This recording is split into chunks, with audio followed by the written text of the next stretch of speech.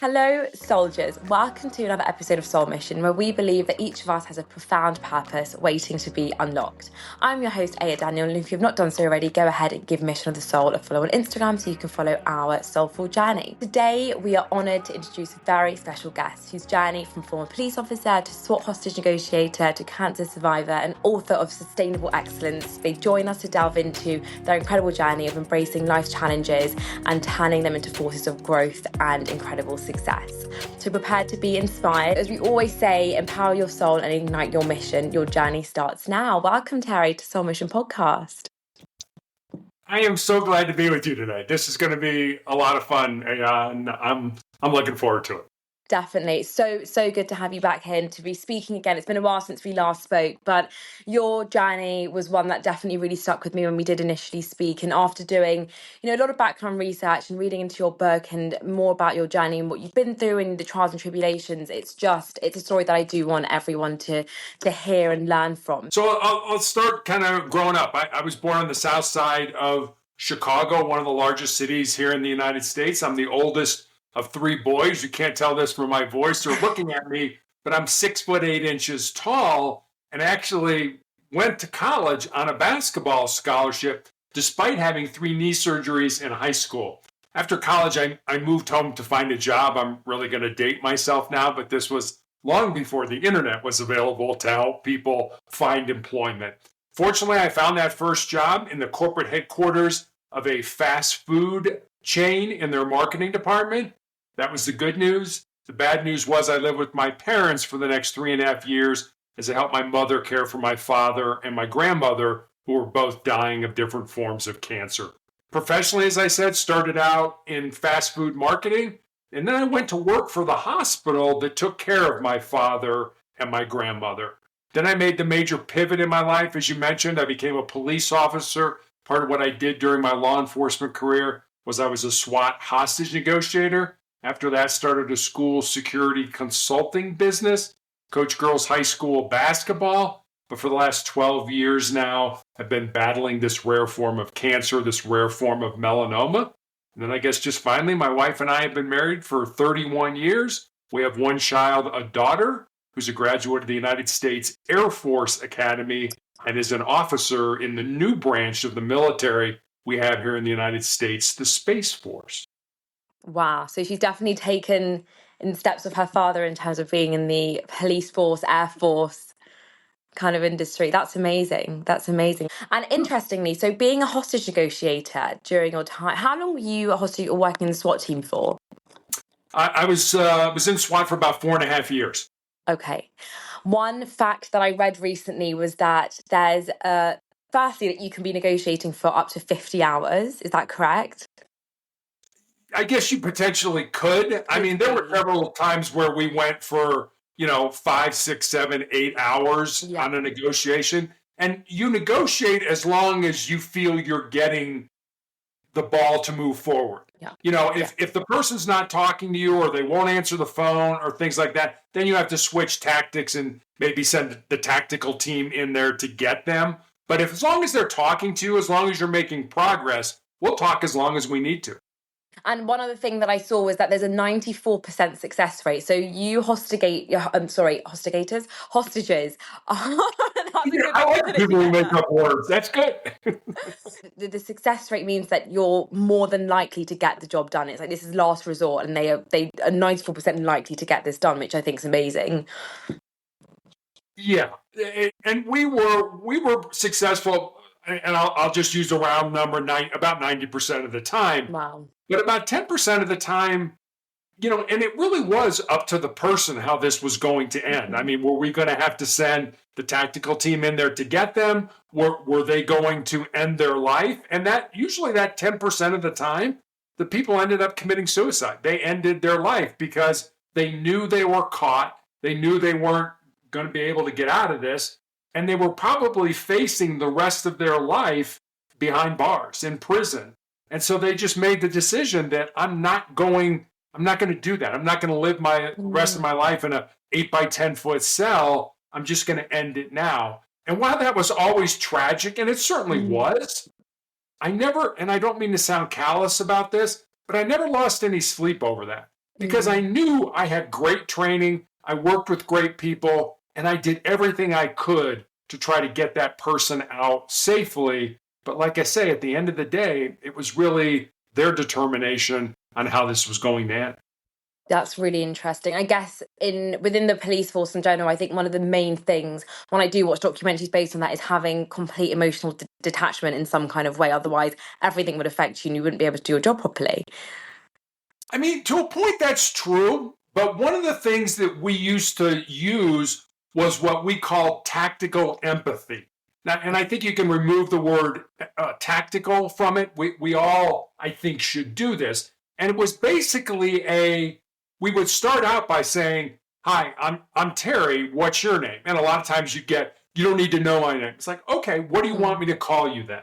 And so you're humanizing the person. You're humanizing. I'm not saying, "Hi, I'm a police officer," or "Hi, I'm Sergeant Tucker." No, I'm Terry. I'm here. I'm two people trying to communicate with each other. And I mean, and you want to humanize that, and then you want to get them to help you understand where they're coming from. Again, big difference between understanding and agreeing. If you just murdered 3 people, I wasn't going to agree that that was the right thing to do, but I did want to understand why you felt you need to do that, because understanding builds trust, and trust is a way that you can get people to change behavior. Any relationship, boyfriend, girlfriend, husband, wife, parent, child, boss, subordinate, that relationship is based on trust. And if you don't trust me, then nothing's going to happen. That relationship isn't going to move forward.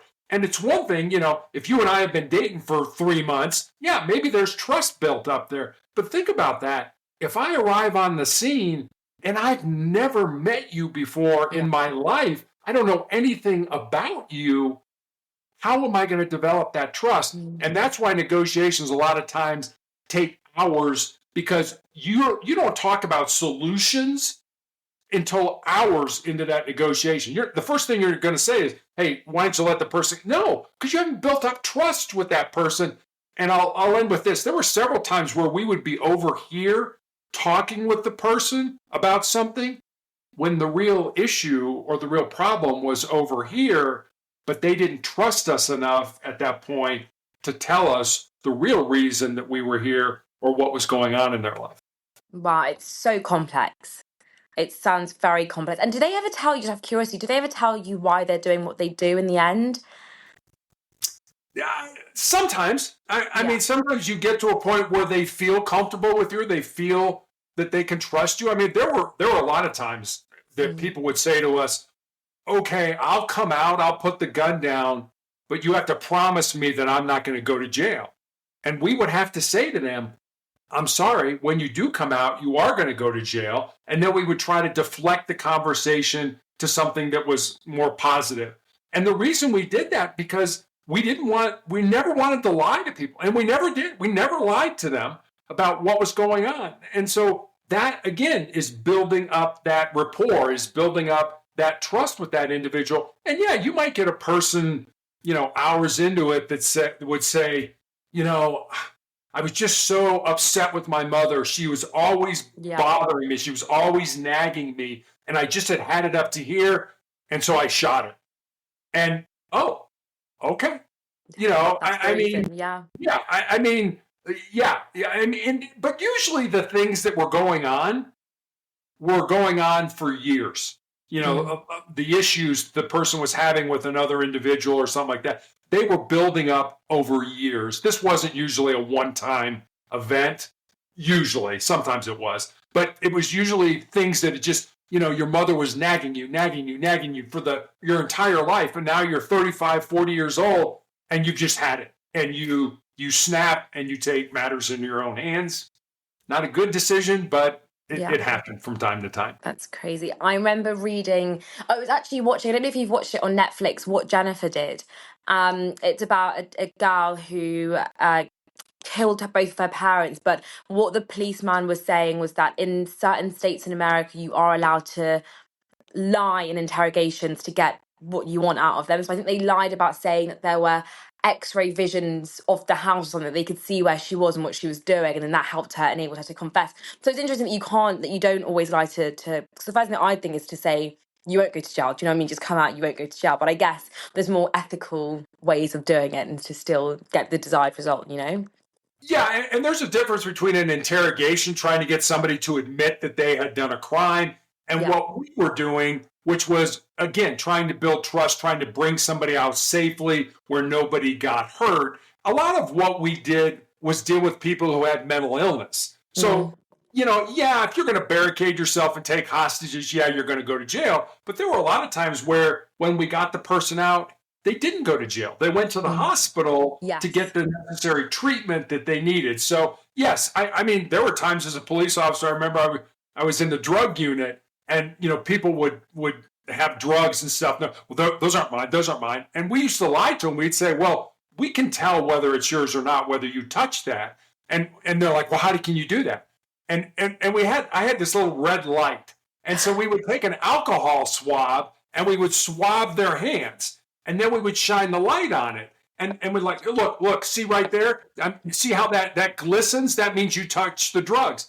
It means it's wet. That's all it means. It's wet. But when you get that person in that frame of mind, they're like, then they start to backtrack. Well, yeah, I did touch it. I picked it up and I moved it over here. No, wait a minute. You said a minute ago you didn't touch it at all. And so, yes, do we fib a little bit? Yeah, but not when we're trying to develop trust with somebody. So I want to delve into a bit of your cancer journey. So you suffer with a rare form of cancer. What was your journey with that? And how would you say that kind of impacted your life? Because obviously when we last spoke, we spoke about how it was kind of an uphill battle, and that I remember you saying there's two choices when dealing with pain, which I found really interesting, and kind of turning that pain into purpose. What was your kind of journey with that and the lessons that you've learned from that experience? Sure. So this was back in 2012 when I was diagnosed. I was a girls' high school basketball coach, and I had a callus break open on the bottom of my left foot right below my third toe. And initially I didn't think much of it because as a coach, you're on your feet a lot. But after a few weeks of it not healing, I made an appointment and went to see a podiatrist, a foot doctor friend of mine. And he took an x-ray and I said, Terry, I think you've got a cyst in there and I can cut it out.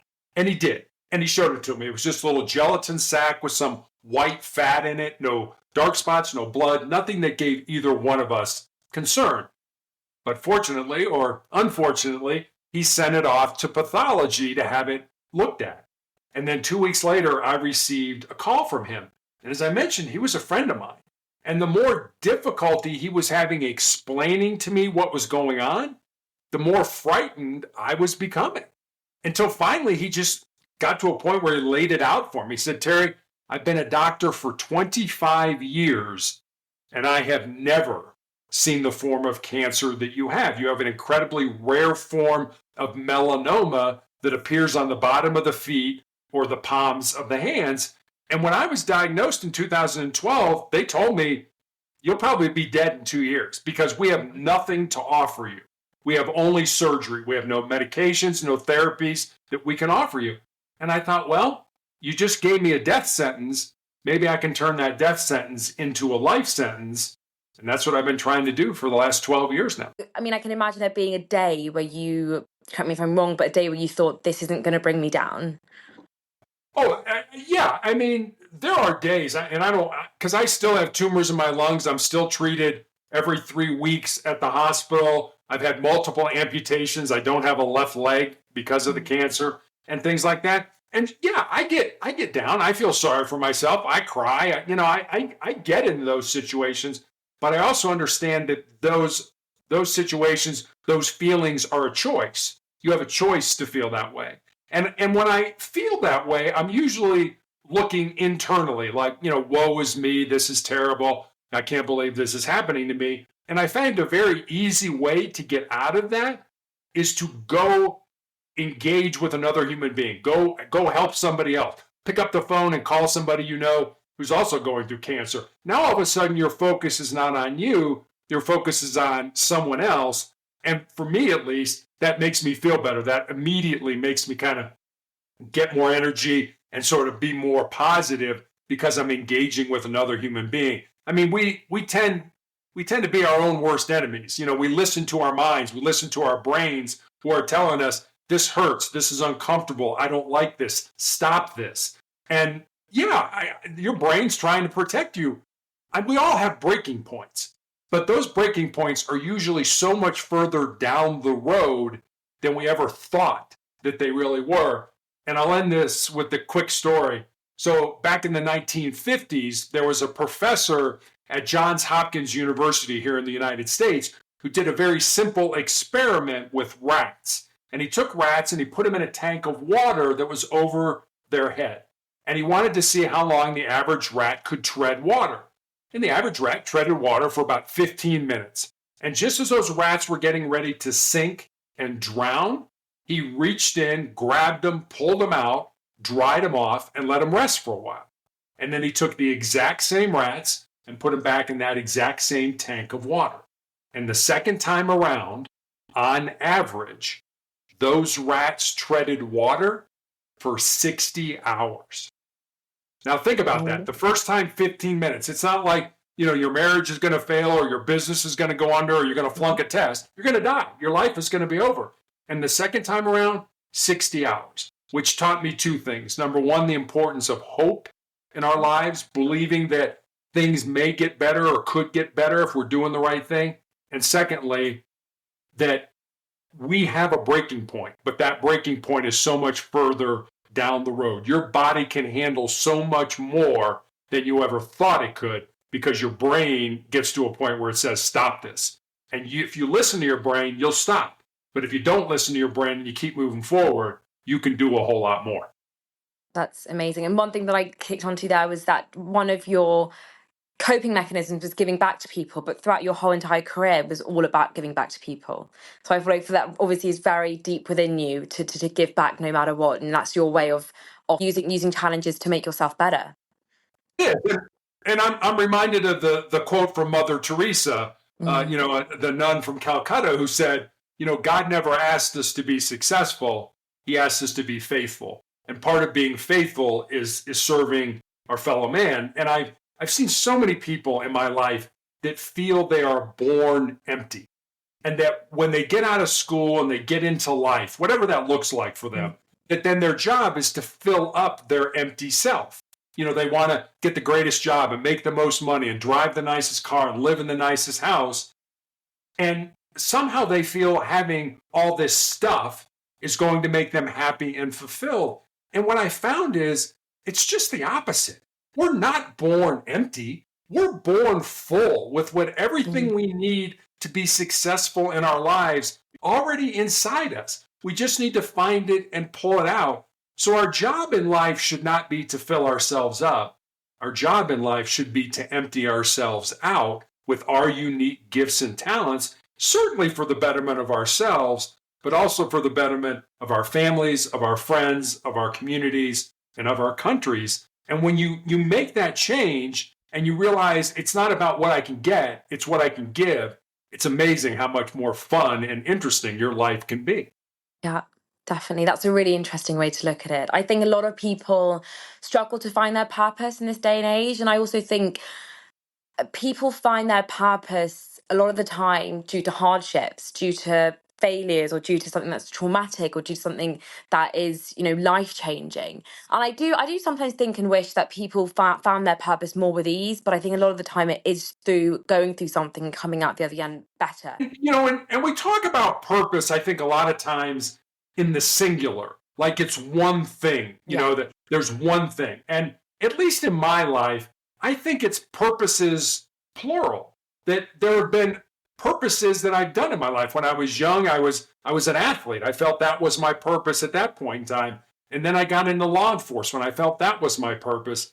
And now, in all honesty, as I'm probably coming towards the end of my life, I think my purpose has shifted again to put as much goodness, positivity, motivation, love back into the world as I possibly can. And, we would all love it if our purpose would align with our job or our occupation.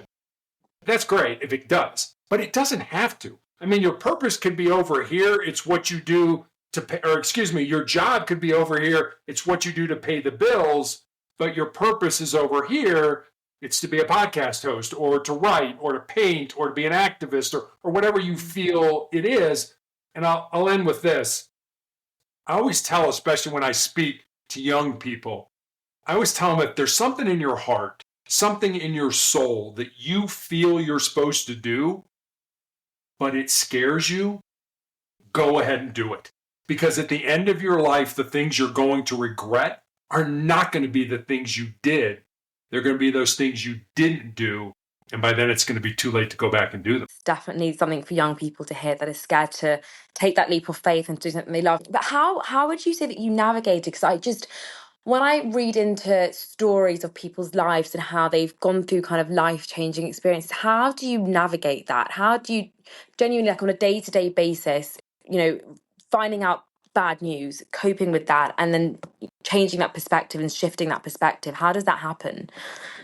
I think I guess if I could give you homework, your audience homework, I think it starts even before that. If you, and I do this every day of my life, so I'm not telling you to do something that I wouldn't do.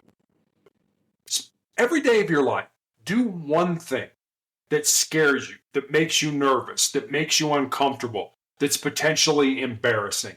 It doesn't have to be a big thing. But if you do those small things every single day, when the big disasters in life hit us, and they hit all of us, we lose somebody who's close to us, we unexpectedly get let go from our job, we find out we have a chronic or a terminal illness, you will be so much more resilient to handle those things than the people who never do anything, who stay in their comfort zones and they like their little box or their little bubble and they like to stay in it. And then life hits them across the face. Their mother dies, their father dies, they get let go from their job that they never saw coming. And then how do I handle this? How do I deal with this? If you start now, if you start every day doing those uncomfortable things in your life, and like I said, they don't have to be small things. Like I can't stand going to the dentist, but I picked up the phone the other day and made my 6-month dental appointment. And you're like, well, that's no big deal. It is when you hate the dentist as much as I do. But we all have those things that are uncomfortable in our lives. Do them. Get up in the morning and make your bed. I heard a survey recently that 33% of Americans, so a third of the United States, admits to hitting the snooze button on their alarm at least 3 times every morning. So a third of the people admit probably to sleeping in for an extra half hour, 45 minutes. Can you imagine what you could do with that half hour and 45 minutes? That's one thing I don't do. I don't snooze. I cannot snooze. It actually makes me more tired. I feel exhausted once I have woken up. Yes, you're absolutely right. And so, do those, get up in the morning, make your bed. Making your bed in the morning gives you a win. Yeah. It's the first thing you do. I made a bed. I did something today. I made my bed. Not only does it do that, but if you have a hard day when you come home to a freshly made bed when you go to sleep at night. Yeah. So it doesn't take much, but find those things that make you nervous, make you uncomfortable, that you don't want to do, and do those things.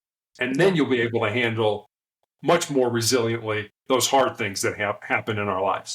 Yeah, I absolutely love that. I'm all for creating small incremental habits to slowly change your life. And I think interesting when you say that when you go through bigger things, having these small habits kind of, it anchors you to an extent, because you've got this thing that you don't stop doing. It's something you do every single day, no matter what's going on in your life. You stick by these things, like taking a cold shower, not snoozing, doing your bed. And one thing is I've read this thing, and I don't know if everyone's probably heard of it, but your bedroom is your mindset or something like that. So when your bedroom's really messy, that is reflective of the state of your mind. Like always, when I see my bedroom that's too messy, I'm like, okay, this is showing where I am right now. I need to revamp and start again, So it's these small things that people don't realize that help us so much, but in a way that's not always visible, I mean, our lives are played out right here. They're not played out here. No. They're played out here. And how you approach things and how you condition yourself to be ready when something bad happens, that all starts, not when the event happens. It starts it starts today. It starts by you doing it right now and jumping in and like, I don't want to do that. Like you said, I do the same thing. I take a cold, at the end of the shower, I turn the water on as cold as I can. I hate it. I hate cold water. But you know what? it makes me a stronger individual. And what's your kind of thoughts on the power of thoughts and how thoughts can really change our lives? So I believe that thoughts can really, really alter your life and your perspective in a lot of things. What's your kind of opinion on that? We become what we think. And it's really that simple. If you tell yourself over and over, and I'll give you an example. I mentioned I played basketball in college. There was a study done that said that people who physically make the effort to shoot the basketball, there's a certain part of their brain that under an MRI will light up. But the interesting thing about that study was the other group of people that they looked at didn't physically do the shot, didn't take the shot, but they thought about taking the shot, taking the ball out onto the court and physically making that shot. The same part of their brain lights up. The same part of their brain is engaged. So if you're telling yourself, I can't do math, I'm terrible at math, I'm terrible at math, you keep telling yourself that, eventually you'll hardwire your brain to the point where you're right. You can't do that because you've already convinced yourself and wired your brain not to do that. And I've had people come up to me during my cancer journey, and sometimes I know this is hard to believe. Sometimes I can be a little smart alecky. I play a little bit. They'll be like, Terry, I could never do what you did. And sometimes I'll say to them, you're right. You can't, because you've already defeated yourself in your own mind. You've already told yourself you can't do this. Why would you approach anything in life with the attitude that I can't do it? But we do. I mean, the National Science Foundation here in the United States estimates that on any given day, 80% of our thoughts are negative. Wow. Think about it. 80% of our thoughts are negative. So you can understand why the brain would go there, but at the same time, you can override your brain. You can say, no, yeah, I know this is uncomfortable. Like you say, a cold shower. I'm going to take a cold shower. I don't like it, but I'm going to do it anyway. So you can override your brain and make yourself more resilient. I cannot believe that statistic of 80% of our thoughts being negative. How does that even happen? Why is that so negative? Why do our thoughts go to such like, what if? And I remember seeing this quote like, what if, but why don't you say even if? But I just can't believe that people and society and, we all naturally have these negative inclinations, which is so hard to counteract. It is, but it's a self-preservation mechanism. Yeah. For example, if you got up this morning and said, I'm going to go skydiving, your brain would be like, no. The plane might crash or your parachute may. Your brain would start putting all kinds of negative thoughts into your mind about why you shouldn't do that. And it's self-preservation. It's just the way your brain is developed over time to keep you safe. That's what your brain's designed to do. It's designed to keep you safe. But we also know we don't grow, we don't get better, we don't improve unless we step outside of that safety and do things that make us uncomfortable. Yeah. The whole idea of being comfortable with being uncomfortable and welcoming that discomfort into your life, I think, is really important. I guess it's way easier said than done, but it is a lifestyle and it is something that you have to be consistent with. And one thing that I find hard doing is kind of consistency, the whole idea of consistency. And sometimes I see online that consistency isn't doing something every single day to its to your full potential every day, because that could lead to burnout. But then at the same time, if I don't do something every single day, I feel like I'm slacking, or I feel like I shouldn't be relaxing. So when I am relaxing, I'm anxious. So how do you find that balance in reaching your excellence, but at the same time being able to relax and feel fine with doing that? Yeah, it's all a mindset. It's all forcing yourself. Oh, I don't feel good today. I just want to lay around. And like you said, there's nothing wrong with that. There's nothing wrong with taking a day off. I mean, even God did, he's like, took Sunday off. Like, hey, you know what? I made the earth, I made the world. Now I'm going to take a day off. I'm going to rest. So rest is important. Don't get me wrong. I mean, rest is absolutely important. But when you find yourself, I really should go to the gym, but I'm going to sit here and watch Netflix all day and stuff like that. When you find yourself doing that constantly, that's when you kind of need to intercede with yourself. It's fine to rest. It's fine to take a day off and things like that, but don't make that a habit. Don't make that a pattern in your life. And the only way you're going to do is fight yourself. The only way you're going to do it is to do the thing you don't want to do. I don't want to go to the gym. Get up and go to the gym. It doesn't say you have to work out. You could just drive to the gym, and okay, at least I made the effort, because it's our brains, like I said, it goes back to our brains saying, hey, come on, we're having fun, we're relaxing, this is a good movie, just relax, don't worry about it. Occasionally, fine. All the time, absolutely not. You're never going to grow in that kind of environment.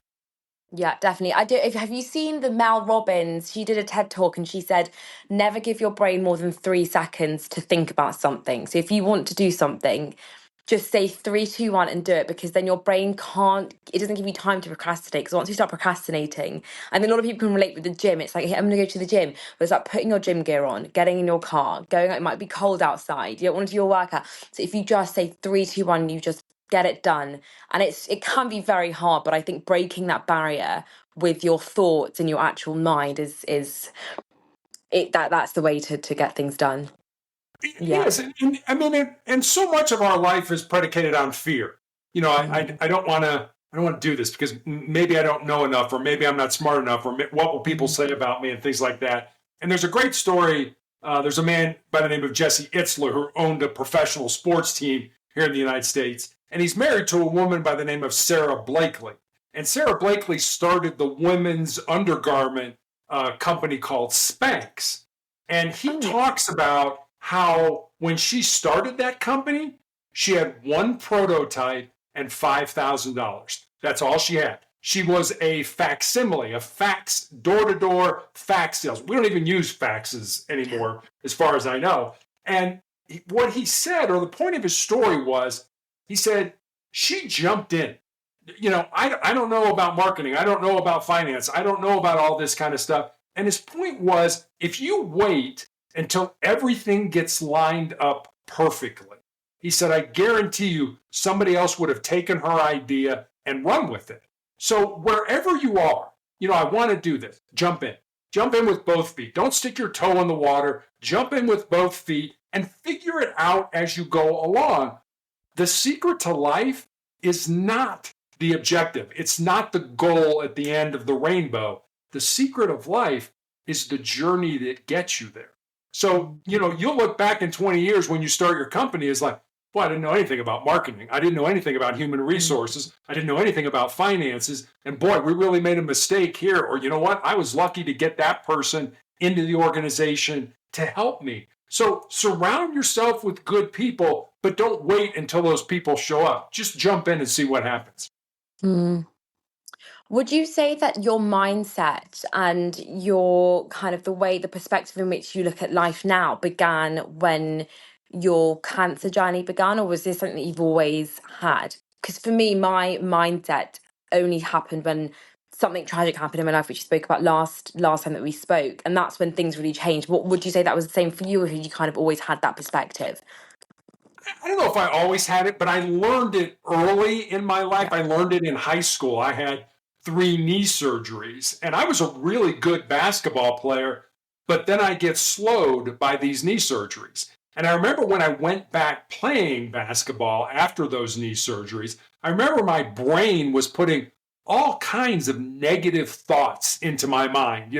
Things like, hey, you're probably a step slower since your surgeries, and college coaches aren't going to be interested in recruiting you to play for their school. And I remember thinking, wait a minute, I am still playing at an elite level, and coaches are still reaching out about the possibility of playing for their college or university. I learned when I was probably 15 to change the narrative, to flip the switch in my mind to say, okay, wait a minute. No, I don't like these negative things. I'm going to have something more positive. I'm going to physically say, okay, that's a negative thought. Don't like that negative thought. I'm going to change it. I'm going to change it to something else. I'm going to change it to something that's more beneficial, more positive in my life.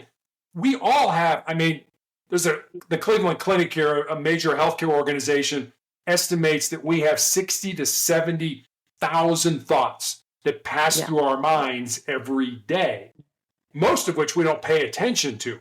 But when you catch yourself doing that negative thinking, doing that, I can't do that, or that's never going to happen, or they're never going to hire me. Why would your mind can hold one thought at a time. Why would you want to make that a negative thought?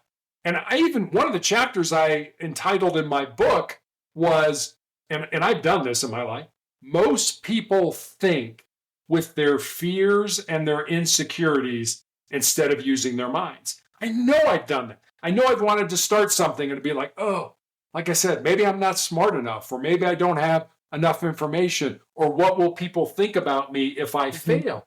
That's thinking with our fears and our insecurities. That's not thinking with our minds. Yeah, that's like the thought of what would you do if you knew that you couldn't fail? Do you know what I mean? Oh, yeah. Isn't that a great? Yeah, exactly. I love, every time I see that quote, I'm like, that's just an amazing quote. That really is. And interestingly, my partner, he plays cricket and he plays for his country, and he's playing in the Indian Premier League. So it's like the top level that you could get in cricket. And we were speaking the other night, and his fear was, what if I stop performing well and I don't get picked anymore and I don't have this great career? What happens? And it was an interesting conversation, because there's so many doubts that go through your mind, but you're at the top of your game. You're at the height of your career, yet that fear is still there. It's like, what if there's people that are thinking at the bottom of their cricket career, I just want to be where you are. So I feel like appreciation of where you are is also really important in anyone's journey of success or excellence, you know? Oh, absolutely. I did a podcast with a player here in the United States who played in the National Football League, American football, made it to the pinnacle of his sport. And we were talking after the podcast, and he said, Terry, I mean, this guy's like 6'6", like 310 pounds. He's huge. And he said to me, he said, Terry, when I started my podcast, I didn't think anybody would listen to me. I didn't think anybody would care what I had to say.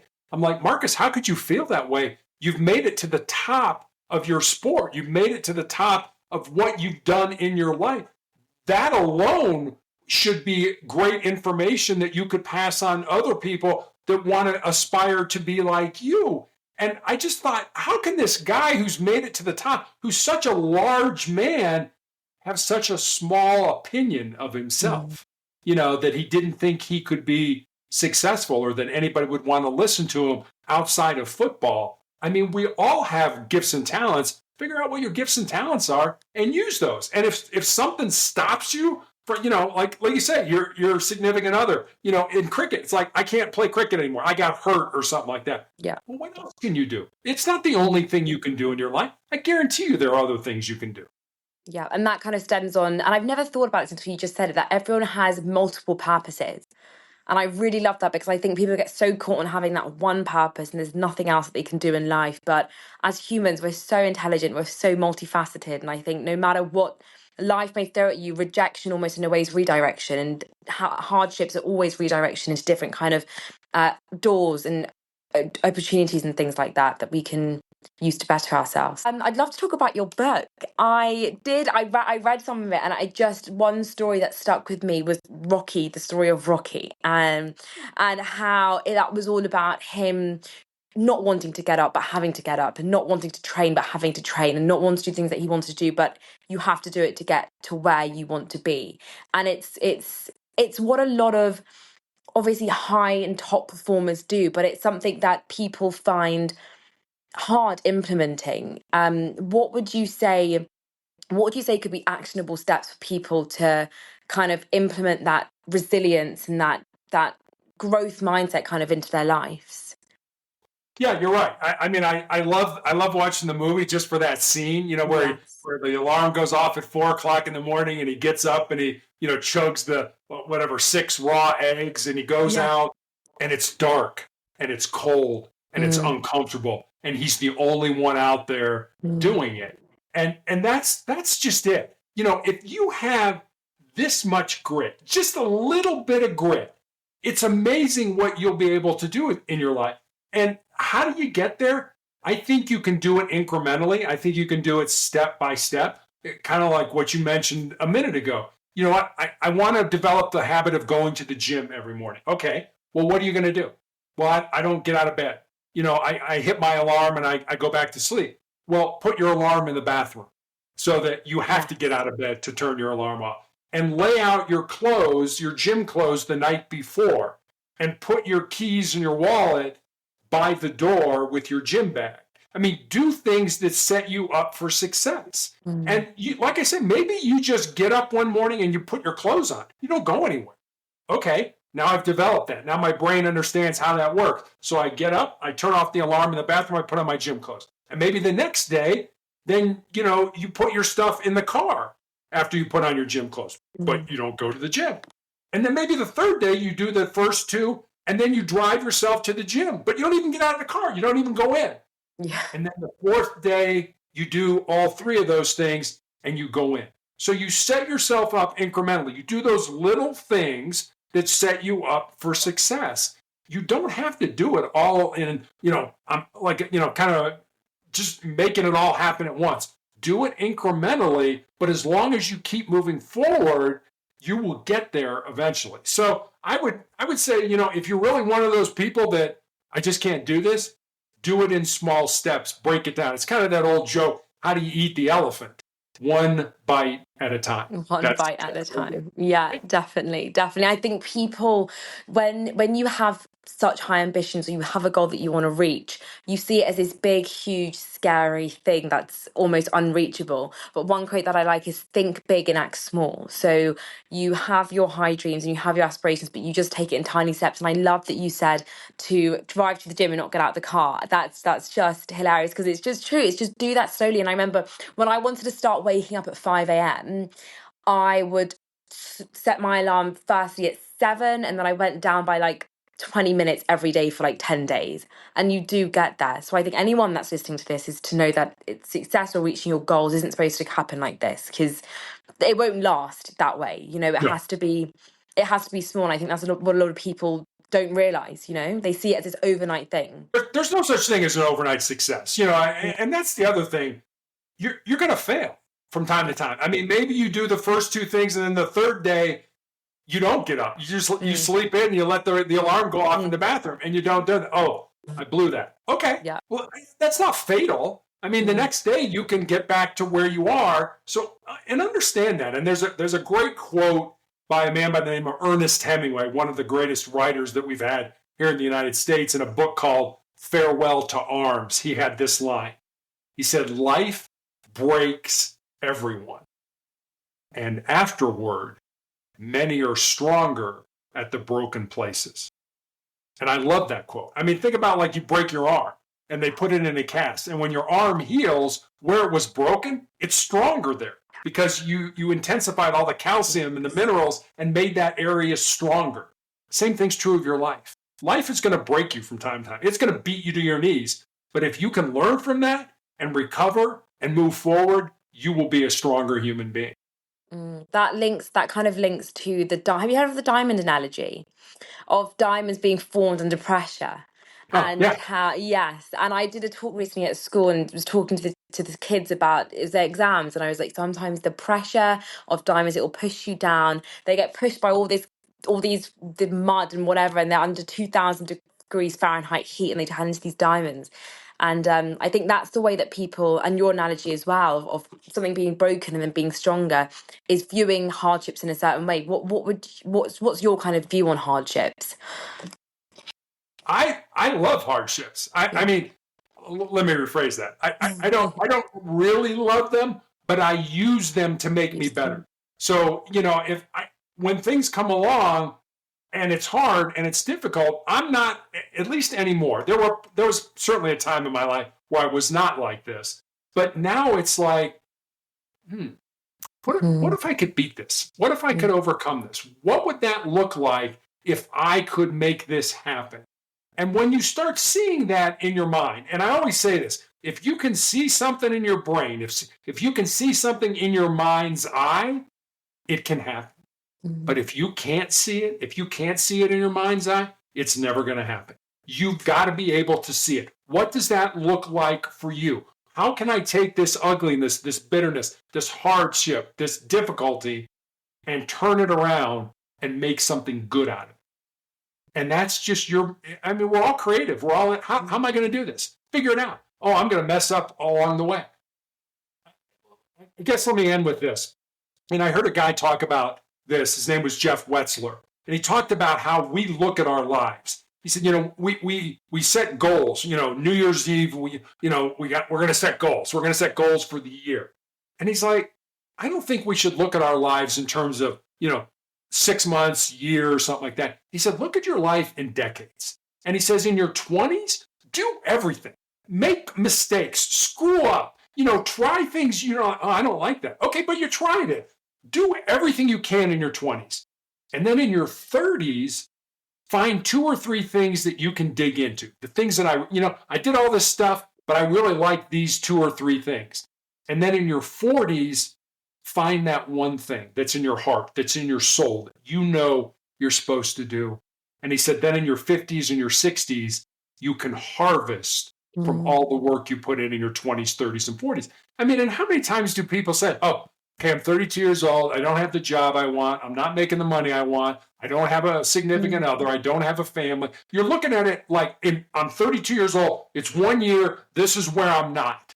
But if you looked at that and said, in my 30s, okay, maybe family is important to me.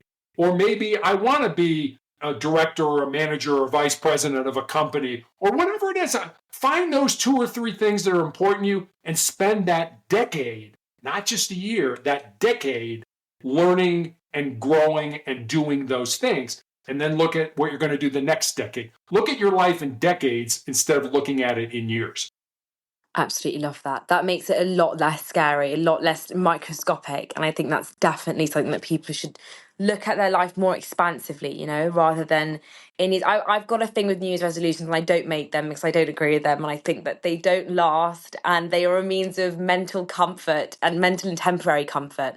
So that's a really interesting way to look at things. So I do get anxious about life and where I'm going to be and what I'm going to be. And when you mentioned if you can see it, then it can happen. But my question would be, what if you can see it, but you don't believe that it can happen? If your aspirations are so high, you want to be whatnot, and you can see that, but in your head, you kind of limit yourself. How do you get over that kind of barrier of going, okay, I can see it and I can visualize it, but I don't believe that I'm actually going to get there? I think I would just tell you, wherever you are, start. And that's just it. I think what holds us back is fear. I don't know. I don't have anything. I don't have everything figured out. I don't know. Yeah, I can see it, but I don't know how I'm going to get there. Okay, just start. Just do something. Just do something. Maybe it's the wrong thing, but at least by doing the wrong thing, it's kind of like Thomas Edison's comment about when he made the light bulb. I had 999 different ways not to make the light bulb, but on that 1,000th one, I made the light bulb. So you learn how not to do things. You learn, I'm not going to do that again. That's a mistake. But you learned something, and that's what's important. Mistakes are okay. I mean, the road to success is paved with failure, but not failure for the sake of failure for the sake of learning, for understanding. I love the quote from Nelson Mandela, the former president of South Africa, who said, I never lose. I either learn or I win. And if you look at life that way, I did something and it was the wrong thing to do.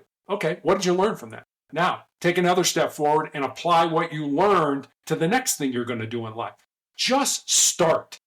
Fear holds us back from everything. I'm afraid. What will people say? I don't have enough information. I'm not smart enough. I can't do this. You keep saying that, eventually you won't. But if you just start, like you say, lay out your gym clothes the night before. Start that way. Do those little increments, and I promise you, you will get close, if not absolutely to what you want to do. Talk to me about the 40% rule. Well, I have a friend who is a former Navy SEAL, and those are some of the highest operators. They're the top secret guys in our military here. They do things that we don't even know about. And I have a friend of mine who used to do that. And he calls me on my off weeks of treatment. And we talk a lot about resiliency and mindset and things like that. And one of the things we talk about, one of the things the Navy SEALs develop is the 40% rule, which basically says that, and keep in mind, these are the toughest, strongest, most resilient people we have in the military. And they still get to the point where, I'm tired. I can't go on. This is difficult. I want to quit. And what they say is when you get to that point, and not just them, all of us, When you get to that point where you can't go on, and you're at the end of your rope, you don't think you can continue, you're only at 40% of your maximum. And you still have another 60% left in reserve to give to yourself. So, all those times where, I don't think I can get out of bed and go to the gym, get out of bed and go to the gym. I don't want to take a class or read a book, that it's going to make me a better person or give me more skills in my life. I don't feel like I want to stay late at work and make that call that might generate that sale. That's the 40% talking. That's like, I'm done. I'm at the end of my rope. Remember, you have 60% left in reserve. You have it. I have it. Everybody who's listening to us has it. We just need to tap into it and use it when we don't feel like we want to go on. And you mentioned in your book that is what saved your life to an extent. It did. I was laying in an emergency room, wanting to die, begging my wife I am so sick of being sick. Please take me out of this, please. I never contemplated suicide, but I just I felt there were sort of two camps. There was the living camp and there was the not dying camp. And I felt like I was in the not dying. I really wasn't living. And this had to do with a medication I'd been on for almost 5 years. And I just wanted to live, or I just wanted to die. And it was understanding those conversations with my friend and that 40% rule of, yeah, Terry, this is the way you feel right now, but you're only at 40%. You still have more than half of what you have inside of you to give to yourself. So stop the pity party. Stop feeling sorry for yourself. You can handle this. Just make it happen. So interesting. That's just such an incredible perspective to look at things when you feel like you can't give any more, but you can. And I think we underestimate ourselves as people, our potential, and that there's so much untapped potential that we have that you just have to push through and it will shine. And I don't know if we last spoke and we spoke about 4 truths. Sure. So I have these 4 truths. I have them on a Post-it note here in my office. So I see them multiple times during the day, and they constantly get reinforced in my mind. And they're just one sentence each. So I'll give them to you. The first one is control your mind, or your mind is going to control you. And we've talked about that a little bit already. We did, yeah. The second one is embrace the pain and the difficulty that we all experience in life and use that pain and difficulty to make you a stronger and more resilient individual. The third one I look at kind of as a legacy type of truth, and it's this: what you leave behind is what you weave in the hearts of other people. And then the fourth one is, as long as you don't quit, you can never be defeated. And I look at these 4 truths, I kind of call them the bedrock of my soul. I just think they're a good place to try to start to build a quality of life off of. And that's something that you look at every single day. They're part of me. Do you think everyone needs to have 4 truths, 3 truths, however many truths, just that they can anchor by? And you used a great word, anchor. And that's absolutely it. Find something that's immovable in your life. Find whether they're values, whatever they are that are immovable, that no matter what happens to you in your life, those things are going to be constant. They're not going to change. They're always going to be part of who you are. But that takes a lot of soul searching. That takes a lot of what is important to me and what do I know is always going to be there for me? Is it faith? Is it my family? Is it friends? Is it something else? Find your truth in life. That's really what life is about. It's about being true to yourself and being true to other people. If you're true to other people, you'll have all the friends in the world because you're not going to be a phony type of person. They're going to know that Terry Tucker's word is Terry Tucker's word. What would you say to someone who's in a job, it might be a top job at a law firm or a bank or wherever, but they feel like they haven't achieved their purpose? They feel like they're there because it's the best, but that's not what their actual purpose is. They're not feeling their soul's being fulfilled, almost like the money's feeding their pocket, not their soul, Yeah, there's a quote, and I'm going to mess it up a little bit, but it's basically, if you don't know your values, if you don't know what's important in your life, the default is always going to be, I want more money. And I've always, I had this conversation with my nephew who's like, look, I got this great job. I want to take it. And it pays me this much money. I'm like, okay. So I said, never take a job for money. But I was thinking I got a better story. A couple of months ago, I was talking to a young man who was a high-level college football player here in the United States, and he had connected with me on LinkedIn.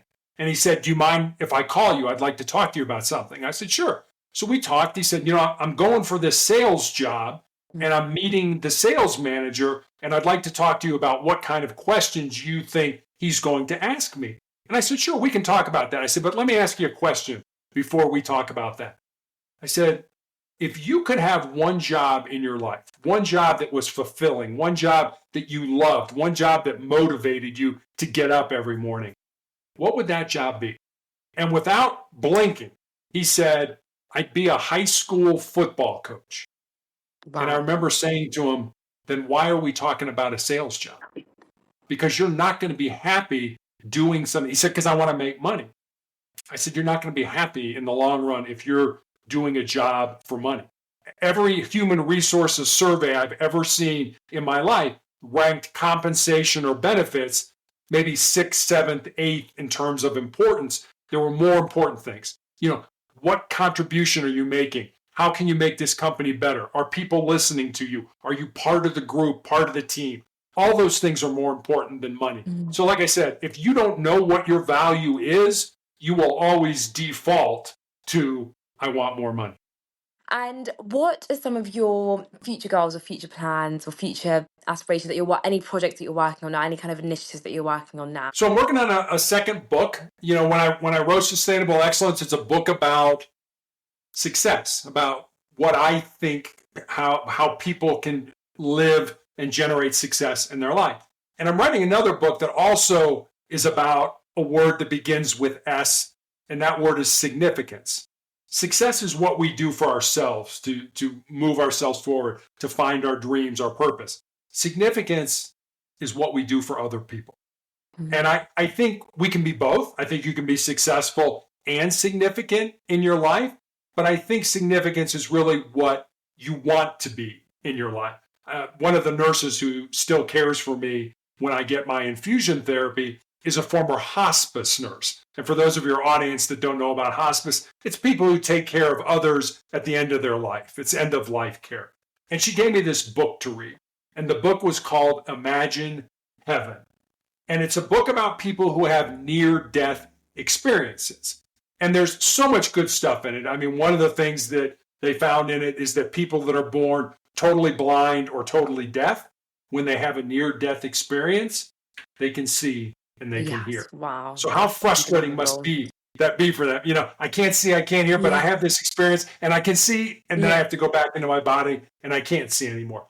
But the other thing that I thought was interesting, and this really, I think, ties to what we're talking about, is that whoever the person saw when they died, whether it was, Allah or Jesus or a saint or an angel or a friend or a relative, the one question the person who was having the near-death experience almost always got was this question: how do you treat my people? In other words, how do we treat each other? How do we care for each other? How do we help each other? That's really what life is about. Mm-hmm. You can have all the power, the money, the prestige, the influence in the world, but at the end of your life, none of that comes with you. What I want at the end of my life are the connections that I had with other people, the relationships I had with other people. Did I make people's lives better? And don't get me wrong, when I was younger, it was all about me. I wanted the money, I wanted the importance, but you learn as you get older what's really important in life. And none of that stuff is important. Connections, love, character, connection with other human beings. That's really what our lives are all about. But I just want to let everyone know, where can we reach your book? Where can we reach you? Where can we find out more about your journey so people can kind of reach out to you if they want to? Sustainable Excellence, you can get anywhere you get a book online, Amazon, Apple iBooks, anything like that. You can get me. You can send me a message, send me a note. I have a website /blog, and that's motivationalcheck.com. Perfect. Amazing. And my one last question for you is, what advice would you give to your younger self? I guess the same advice I would give to somebody, I mean, we're talking kind of in the graduation season here in the United States where, colleges and high schools, people are graduating. I guess I would give you two pieces of advice. Number one, when you get out of school, you don't have to have it all figured out. Don't get all upset if you don't know. I don't know what I'm supposed to do. I don't know what job I want. Again, you're in your 20s probably, or close to your 20s. Just dive into something that looks interesting to you. And if it's for you, then stay with it for a while. If it's not, find something else. But do as many different things as you can in your 20s and understand it's okay not to have it all figured out. And the second thing I would say is it's more important who you work with and who you work for than it is the work that you do. Find people that care about you, find people that will invest in you, find people that want you to be successful in life, and climb the mountain with those people. It's not the job, it's the people you work for. When you interview for a job, you're interviewing the people as well as they're interviewing you. If you don't get the right vibe, if you don't feel right with those people, it's like, no, all these people care about is money, and you're not about that, then don't take the job, even though they're going to pay you a lot of money. Find people that will make you better and hitch your wagon to those people and make the journey with them. Amazing. Thank you so much, Terry. Thank you. I mean, as we wrap up another episode of Soul Mission, I want to thank each and every one of you for listening in. And Terry, thank you so much for sharing with us your incredible journey. I feel I could have listened to your words of wisdom and knowledge all day. There's so many quotes that I need to write down after this recording that I need to remember. But I think it's just so valuable hearing your journey and for people embarking on their own journeys of the trials and tribulations of life. And just look at hardships and embrace them, and understand your journey is your journey and you shouldn't compare it to anyone else's. So remember that your mission is a powerful force of good in the world, and your mission matters. So until we meet again, thank you, soldiers. Peace, love and happiness.